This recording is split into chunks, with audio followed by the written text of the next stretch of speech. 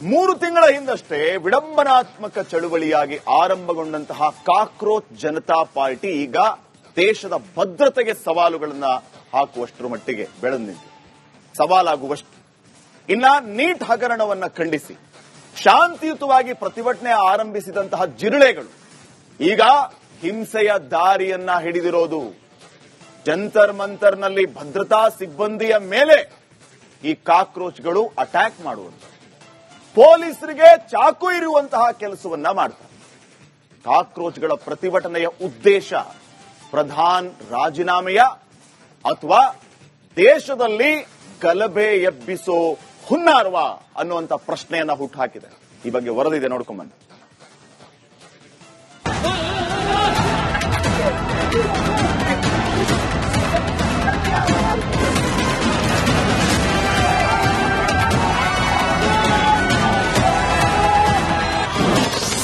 Neat ನೆಪ ಹಿಂಸೆ ಜಪ, ಬಯಲಾಯ್ತು ಅಸಲಿ ಮುಖ.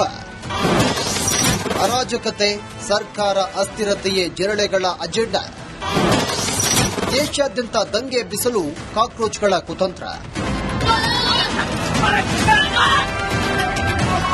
ಪೊಲೀಸರ ಮೇಲೆಯೇ ಹಲ್ಲೆ, ಲಾಠಿ ಕಸಿದು ಗೂಂಡಾಗಿರಿ, ಬಾಟಲ್ ಎಸೆದು ದಾದಾಗಿರಿ, ಭದ್ರತಾ ಪಡೆಗಳ ವಾಹನಕ್ಕೆ ಕಲ್ಲು, ಕಾವಲಿಗಿದ್ದವರನ್ನೇ ಅಟ್ಟಾಡಿಸಿ ಥಳಿತ.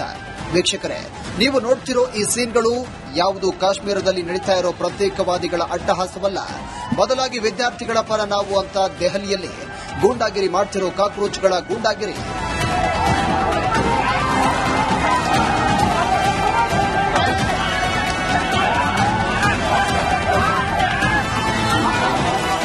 ರಾಷ್ಟ್ರ ರಾಜಧಾನಿ ದೆಹಲಿಯ ಜಂತರ್ ಮಂತರ್ನಲ್ಲಿ ಭದ್ರತಾ ಸಿಬ್ಬಂದಿಗಳ ಮೇಲೆ ಕಾಕ್ರೋಚ್ ಪಡೆ ಅಟ್ಟಹಾಸ ನಡೆಸುತ್ತಿದೆ.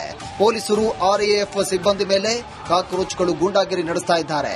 ಈ ಬೆಳವಣಿಗೆ ಕಾಕ್ರೋಚ್ಗಳ ಪ್ರತಿಭಟನೆ ಉದ್ದೇಶ ಪ್ರಧಾನ್ ರಾಜೀನಾಮೆಯ ಇಲ್ಲ ದೇಶದಲ್ಲಿ ಗಲಭೆ ಎಬ್ಬಿಸೋ ಹುನ್ನಾರವ ಎಂಬ ಅನುಮಾನ ಹುಟ್ಟಿಸುತ್ತಿದೆ.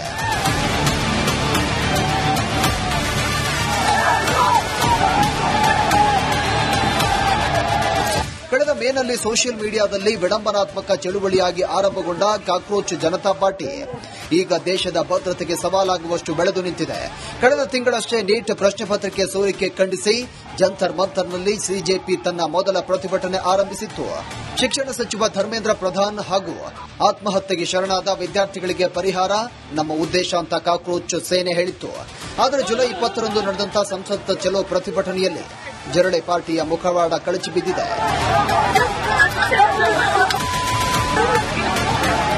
ಜುಲೈ 20 ಮಾತ್ರವಲ್ಲ, ನಿನ್ನೆ ರಾತ್ರಿಯೂ ಜಂತರ್ ಮಂತರ್ನಲ್ಲಿ ಪೊಲೀಸರ ಮೇಲೆ ಕಲ್ಲು ಮತ್ತು ಗಾಜಿನ ಬಾಟಲ್ಗಳ ಮೇಲೆ ಹಲ್ಲೆಯಾಗಿದೆ. ಎಸಿಪಿ ಭಗತ್ಗೆ ಚಾಕುವಿನಿಂದ ಹಲ್ಲೆ ಮಾಡಿದ್ದು, 4-5 ಪೊಲೀಸರ ಮೇಲೆ ಹಲ್ಲೆಯಾಗಿದೆ. ಇದೆಲ್ಲ ಬೆಳವಣಿಗೆಗಳನ್ನು ನೋಡಿದ್ರೆ ಬಾಂಗ್ಲಾ ನೇಪಾಳ ಮಾದರಿಯಲ್ಲಿ ಭಾರತದಲ್ಲೂ ಅರಾಜಕತೆ ಎಬ್ಬಿಸಲು ಕಾಕ್ರೋಚ್ಗಳು ಷಡ್ಯಂತ್ರ ನಡೆಸ್ತಾ ಇವೆಯಾ ಅನ್ನೋ ಅನುಮಾನ ಕೂಡ ಮೂಡಿದೆ.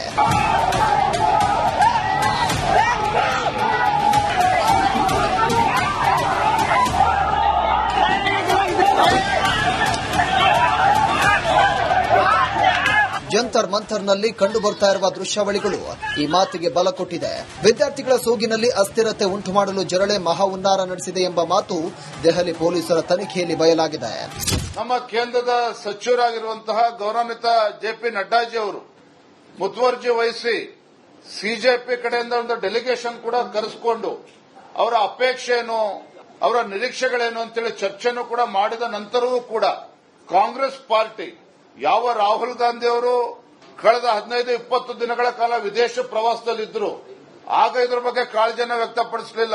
ಒಂದು ಸಮಸ್ಯೆ ಇವ್ರು ಮಾಡಿರೋ ರೀತಿ ನೀತಿಗಳು, ಅದು ಒಂದು ವಿಧಾನ. ಎರಡನೇದು ಇವ್ರಿಗೆ ಹೇಳಿರೋ ಬೇಡಿಕೆ. ನನಗೆ ಎರಡರಲ್ಲೂ ನನಗೆ ಒಪ್ಪಿಗೆ ಇಲ್ಲ. ಈ ಕಾಕ್ರೋಚ್ ಮಾಡಿರೋದು ಅಷ್ಟೊಂದು ಆಳವಾದ ಚಿಂತನೆ ಇಲ್ಲ, ಒಳ್ಳೆ ಪ್ರಚಾರ ಇದೆ, ಒಂದು ಜನ ರೀಚ್ ಆಗಿದ್ದಾರೆ, ಜನ ಸೇರಿದ್ದಾರೆ. ಬಟ್ ನನಗೆ ಈ ಒಂದು ಮೆಥಡಾಲಜಿಯಲ್ಲಿ ಸಮಸ್ಯೆ ಇದೆ. ಮೆಥಡಾಲಜಿ ಏನ್ ಸಮಸ್ಯೆ ಅಂದ್ರೆ, ಒಂದು ಅವ್ರು ಹೋರಾಟ ಮಾಡಿದ ರೀತಿ. ಇವತ್ತು ಗುಂಡಾಗಳು ಸೇರಿ ಸುಮಾರು 100ಕ್ಕೂ ಹೆಚ್ಚು ಪೊಲೀಸರ ಮೇಲೆ ಅಟ್ಯಾಕ್ ಅನ್ನ ಮಾಡಿದ್ದಾರೆ. ಪೊಲೀಸ್ ವಾಹನದ ಮೇಲೆ ಅವರು ಇದನ್ನ ಧ್ವಂಸವನ್ನ ಮಾಡಿರುವಂತದ್ದು. ಇದೆಲ್ಲ ನೋಡಿದ್ರೆ ಒಂದು ವ್ಯವಸ್ಥಿತವಾಗಿ ಈ ಒಂದು ಪ್ರತಿಭಟನೆ, ನೀಟ್ ಪರೀಕ್ಷೆ, ಧರ್ಮೇಂದ್ರ ಪ್ರಧಾನ್, ಇದೊಂದು ಒಂದು ಏನಂತ ಹೇಳಿದ್ರೆ ಇದು ಕೇವಲ ಒಂದು ನೆಪ ಮಾತ್ರ. ಈ ಮೂಲಕ ದೇಶದಲ್ಲಿ ಅರಾಜಕತೆಯನ್ನು ಸೃಷ್ಟಿ ಮಾಡಬೇಕು, ದಂಗೆಯನ್ನು ಮಾಡಬೇಕು, ಯುವಕರನ್ನ ದಾರಿ ತಪ್ಪಿಸಬೇಕು, ಪ್ರಚೋದನೆ ಮಾಡಬೇಕು ಹೇಳುವುದೇ ಇದರ ಹಿಡನಿರುವ ಅಜೆಂಡಾ ಇದೆ. ಗೂಂಡಾಗಿರಿಯ ನಡುವೆಯೂ ಶಾಂತಿಯುತವಾಗಿ ಮಾತುಕತೆಗೆ ಕೇಂದ್ರ ಸಚಿವ ಜೆಪಿ ನಡ್ಡಾ ಸಿಜೆಪಿ ಪಕ್ಷದ ನಾಯಕರನ್ನ ಆಹ್ವಾನಿಸಿದ್ರು. ಆದರೆ ಧರ್ಮೇಂದ್ರ ಪ್ರಧಾನ್ ರಾಜೀನಾಮೆವರೆಗೂ ಮಾತುಕತೆ ಇಲ್ಲ ಅಂತ ಸಿಜೆಪಿ ಹೇಳಿದ್ದು ಅವರ ಉದ್ದೇಶ ಮತ್ತಷ್ಟು ಬಯಲಾಗಿದೆ. अगर जितेंद्र जी ने बोला कि कहीं भी बात हो सकती है तो फिर हम लोगों ने ऑलरेडी सजेस्ट कर दिया जंतर मंतर आ जाइए, या तो कोई न्यूट्रल एवेन्यू न्यूट्रल प्लेस आ जाए जैसे कॉन्स्टिट्यूशन क्लब ऑफ इंडिया है, वहाँ पे मिल लेंगे. ಒಟ್ಟಾರೆ ವಿದ್ಯಾರ್ಥಿಗಳಿಗೆ ನ್ಯಾಯ ಕೊಡಿಸುವ ನೆಪದಲ್ಲಿ ಆರಂಭಗೊಂಡಂತ ಜರಳೆಗಳ ಪ್ರತಿಭಟನೆ ಈಗ ಬೇರೆಯದ್ದೇ ಸ್ವರೂಪ ಪಡೆದುಕೊಂಡಿದೆ. ಕಾಕ್ರೋಚ್ಗಳ ಉದ್ದೇಶ ಪ್ರಧಾನ್ ರಾಜೀನಾಮೆ ಅಥವಾ ಅರಾಜಕತೆ ಸೃಷ್ಟಿಯ ಅನ್ನೋದು ತನಿಖೆಯಲ್ಲಿ ಗೊತ್ತಾಗಬೇಕಿದೆ.